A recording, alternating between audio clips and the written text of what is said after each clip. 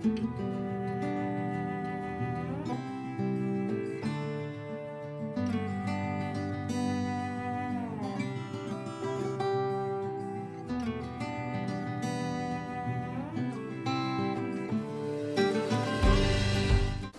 keseharian saya biasanya itu saya mulai kuliah itu sekitar jam 8 pagi dan sampai jam 4 sore. Nah biasanya itu juga kalau misalnya ada rapat BEM, dan itu bisa biasanya setelah perkuliahan di kampus. Dan apabila tidak ada rapat, saya biasanya langsung pulang atau tidak, saya langsung nongkrong sama teman-teman saya di coffee shop yang ada di kebetulan.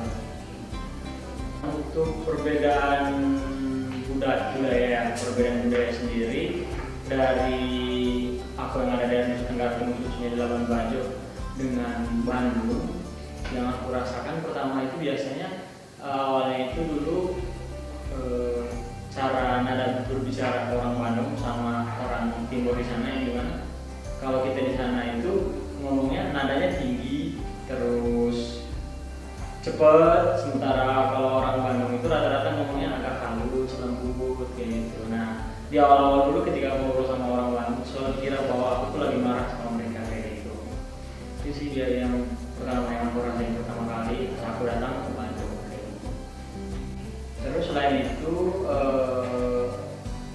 aku rasa kaget dulu pas awal datang ke sini itu seperti harga makanan ataupun harga pakaian. Nah sangat berbanding jauh sama di Labuan Bajo, yang mana harga di Labuan Bajo itu cukup mahal, sangat mahal, mungkin karena salah satu kota pariwisata, jadi patokan harganya ya target pasarnya untuk turis gitu. Jadi pas ketika aku datang ke Bandung itu aku lihat bahwa harga-harga di Bandung itu sangat berbanding jauh sama Labuan Bajo, dan sangat murah dan sangat terjangkau gitu. Terus selain itu juga aktivitas anak-anaknya, remajanya kayak gitu. Nah kalau di Labuan Bajo sendiri itu anak-anak remaja biasanya menghabiskan waktu ketika selesai mengikuti sekolah atau liburan, biasanya mereka langsung ke pantai, karena pantai pun tidak jauh dari rumah mereka sendiri kayak gitu. Kalau ke pantai berenang, apalah yang lain yang bisa dilakukan di pantai. Nah, sementara di Bandung sendiri yang aku lihat sendiri bahwa anak-anak di Bandung itu, bahkan anak SMA sendiri pun di Labuan Bajo ataupun anak SMP tidak jarang pergi ke salah satu coffee shop dan nongkrong di coffee shop. Dan setahu aku bahwa di Labuan Bajo itu tidak ada seperti itu. Tetapi ketika di Bandung, aku lihat bahwa anak SMA pun, anak SMP pun ketika beres dari sekolah, mereka tuh langsung nongkrongnya di coffee shop gitu. Itu pun mahasiswa, apalagi mahasiswa. Bahwa mahasiswa di Bandung itu kebanyakan menghabiskan waktu atau nongkrongnya itu di coffee shop, di ngobrol sama teman-temannya kayak gitu. Nah untuk infrastruktur sendiri di Labuan Bajo, mungkin karena Labuan Bajo sekarang masih sangat diperhatikan oleh pemerintah pusat, jadi untuk pembangunan sekarang itu sangat berbanding jauh lah sama dulunya. Kayak di Labuan Bajo sendiri pembangunannya sangat pesat, yang dimana banyak tempat-tempat atau bangunan-bangunan baru dan banyak fasilitas umum yang bisa digunakan oleh masyarakat untuk bermain kayak gitu. Kan sedangkan dulu itu di Labuan Bajo jarang lah kayak gitu. Untuk infrastruktur jalannya sendiri sangat bagus dibandingkan dulunya. Dan di Bandung aku lihat sendiri bahwa banyaklah jalan berlubang di Bandung itu salah satunya. Tetapi di Labuan Bajo syukur sekarang, entah ya mungkin karena awal-awal, jadi infrastrukturnya sekarang untuk jalannya sendiri cukup bagus. Terus untuk sekolahnya sendiri, rata-rata sekolah di sana itu halamannya sangatlah besar, karena kebanyakan sekolah di Labuan Bajo itu, khususnya di Manggarai Barat, memiliki lapangan bola kaki, terus basket. Nah rata-rata sekolah di sana itu sekolah dasar, SMP sampai SMA pun bisa dikatakan halamannya atau luas tanahnya cukup besar. Berbeda sama di Bandung ya, kayak ada SMA yang di antara gedung-gedung di antara rumah-rumahan, di antara gedung-gedung. Bahkan ada pun kampus-kampus yang tinggalnya di sekitaran warga-warga kayak gitu lah, dan kecil. Mungkin karena di sana belum ada belum terlalu banyak pemukiman ya, jadi untuk sekolah-sekolah yang cukup besar. Nah untuk di Labuan Bajo sendiri kebetulan baru ada satu universitas, yaitu Politeknik Komodo kalau nggak salah namanya. Itu lebih ke untuk anak-anak yang mau kerja di perhotelan, kayak gitu, mau jadi chef kayak gitu. Terus kenapa aku datang ke Bandung kemarin ya, aku bukan tujuannya mau kerja di hotel sebenarnya, karena tidak ada jurusan yang aku mau di universitas tersebut kayak gitu. Untuk adaptasi sendiri dengan budaya atau lingkungan di Bandung, khususnya tempat aku tinggal itu, mungkin lebih menghargai masyarakat di sekitar ya. Terus yang dimana ketika memutar musik, volumenya tidak boleh terlalu besar, terlalu gede kayak gitu. Nah sementara kita di sana itu berisik ya berisik, karena rata-rata orang-orang di sana karena mungkin di belakang rumahnya langsung hutan gitu ya. Sementara di sini kiri kanan depan berhadapan langsung ada rumah semua. Jadi itu sih yang perlu pertama awal-awal. Kadang juga sering dihubungi bisa dimulai. Nah untuk adaptasi untuk orang tua sendiri, orang tua tidak terlalu mengkhawatirkan ya, karena aku sendiri anak laki-laki yang dimana aku juga biasa ikut kegiatan-kegiatan di luar, jadi tidak terlalu khawatir sama aku yang ada di Bandung karena udah percaya aku dari kecil. Nah jadi sedikit cerita sedikit dulu awal mulanya aku bisa berani mengambil keputusan waktu itu ketika kita pernah rapat sama satu angkatan yang dimana kita waktu itu mencari calon presiden mahasiswa Stikom Bandung, dan pada waktu itu jujur saja saya itu ditunjuk karena dari sekitar seluruh angkatan saya tidak ada yang mau untuk mencalonkan diri.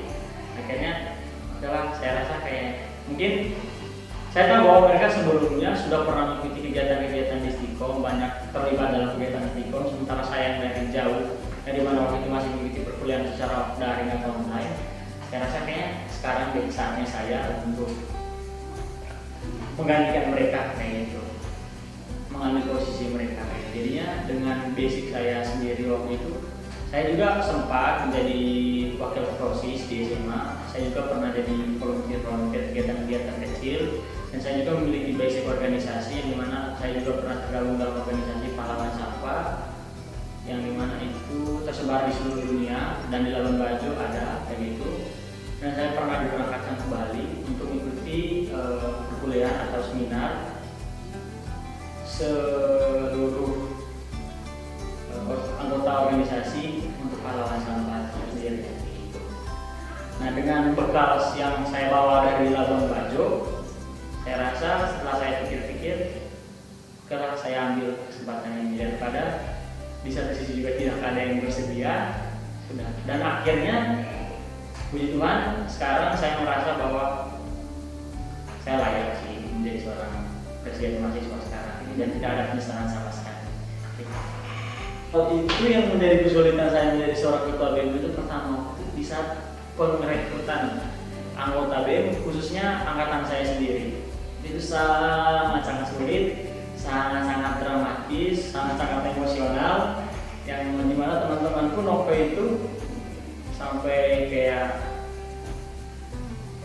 mau harus ikut sampai dipaksa. Akhirnya semua teman-teman, beberapa teman laki-laki yang ngerasa punya janji moral sama saya, akhirnya mereka bersedia untuk gabung di anggota BEM. Nah terus di awal-awal itu kesulitan yang saya lihat itu lebih ke arah saya sebagai seorang ketua yang dimana saya bisa mengenal watak atau sikap dari setiap anggota organisasi saya sendiri. Jadi saya pelan-pelan mempelajari mereka satu persatu, memperhatikan mereka satu persatu, bagaimana perilaku mereka, sikap mereka. Jadi ketika nanti saya memberikan teguran atau memberikan suatu perintah, saya tahu caranya untuk memberikan pesan atau perintah ke orang tersebut. Itu sih awal-awal dulu, lebih mempelajari sikap dari anggota BEM. Untuk programnya sendiri tidak terlalu banyak ya, karena kita masa jabatannya tidak sampai 1 tahun, yang dimana berbeda sama periode-periode dari BEM kepengurusan BEM sebelumnya. Dan kita sekarang ini kepengurusannya cuma 6 bulan kayak gitu. Nah, untungnya program kerja kita yang pertama yang terrealisasikan waktu itu yaitu pengabdian masyarakat, yang dimana waktu itu kebetulan saudara kita yang di Cianjur itu mengalami bencana alam. Jadi waktu itu pas ketika 3 hari setelah kita dilantik, kita langsung menuju ke lokasi ke Cianjur untuk mengantarkan donasi kayak gitu. Nah, selain itu juga ada beberapa program kerja dari BEM yang sudah direalisasikan, seperti SPKN itu sudah pasti yang melatih kepemimpinan mahasiswa atau anggota baru angkatan 2022. Terus itu ada juga diskusi mahasiswa. Diskusi mahasiswa sendiri waktu itu dibuat oleh divisi dari BEM, yaitu pengembangan. Jadi waktu itu dari Bisma sendiri tujuannya waktu itu untuk mengetahui keluh kesah mahasiswa itu seperti apa, jadi kita diskusi. Nah, dan Tuhan sudah terrealisasikan, dan juga salah satu acara yang menurut kami waktu itu dari BEM cukup besar, yaitu gelar karya, yang dimana penggabungan antara angkatan dari angkatan 2019 kalau tidak salah untuk panitianya sama pembawa acaranya, sampai angkatan 2022. Terus ada gabungan sama beberapa UKM yang ada di Stifom Bandung, yaitu waktu itu ada penayangan film di Bandung Creative Hub. Dan puji Tuhan juga acaranya sesuai dengan apa yang kami rencanakan dan apa yang kami mau sampaikan kepada dan yang berkunjungan kepada mahasiswa atau masyarakat yang ada di Kota Bandung. Terus untuk beberapa program selanjutnya itu, kalau upgrading BEM itu lebih ke BEM-nya sendiri kayak gitu. Nah, dan dalam waktu dekat nanti itu ada pekan olahraga Stikom, terus ada pekan kesenian Stikom, dan terakhir nanti studi banding sama camp. Nah, camp tersendiri nanti itu anggota BEM sendiri kayak gitu. Nah, itu beberapa 4 program kerja yang bakal diselesaikan sebelum menjelang pergantian kabinet nanti kayak gitu. Nah, untuk suka dukanya sendiri kayaknya anak rantau merasakan semuanya, yang dimana kayak memberikan keluarga di sana kayak gitu, itu sudah pasti. Yang pertama-tama bahkan di awal ketika merantau itu pasti ingatnya keluarga, ingat bapak, ingat mama, ingat mama, kakak, adik atau keluarga, itu sudah pasti. Terus kayak tempat bermain, teman-teman di sana kayak gitu. Itu sih lebih ke keluarga ya, suka dukanya sendiri. Terus ingatlah kayak gitu kampung halaman. Terus untuk di BEM-nya sendiri suka dukanya ya begitulah, pasti di dalam suatu organisasi ada namanya titik jenuh, yang dimana bagaimana cara kita membangun semangat dari anggota BEM-nya sendiri, biar yang dimana sudah mulai kendur kita semangatkan lagi mereka kayak gitu sih. Suka dukanya sering kadang ada beberapa konflik kecil, jadi mau tidak mau harus dihadapi, tidak bisa dihindari. Itu sih menurut dukanya, tetapi semuanya bisa diselesaikan. Ini untuk motivasi saya untuk lebih ke mahasiswa Stifom Bandung yang akan menjadi calon anggota BEM atau jadi presiden mahasiswa. Bagi saya, jangan pernah takut ketika kamu rasa apa yang kamu buat itu benar. Jangan pernah takut untuk menyampaikan sesuatu hal yang menurut kamu itu layak dan pantas untuk disampaikan. Terus jangan terlalu pusing sama apa yang orang sampaikan. Ketika dia bilang orang nanti begini, nanti ketika masuk ada campur tangan atau apa, sebenarnya tidak ada. Cuma itu saya rasa terlalu didramatisasi. Jadi jangan terlalu percaya sama perkataan-perkataan seperti itu. Seru kok masuk jadi anggota BEM selama kalian tahu cara mengatasi masalah di dalam. Jadi tetap semangat dan ayo bentuk supaya nanti kampus kita itu terkenal. Jangan cuma mengharapkan dari sekolahnya sendiri untuk memperkenalkan kampus, tapi bagaimana seorang mahasiswa itu bisa memperkenalkan kampusnya. Jangan pernah malu ketika kampus kita kecil, tapi kita bangga menjadi seorang mahasiswa dan kita bisa memperkenalkan kampus kita ke mahasiswa lain atau orang lain.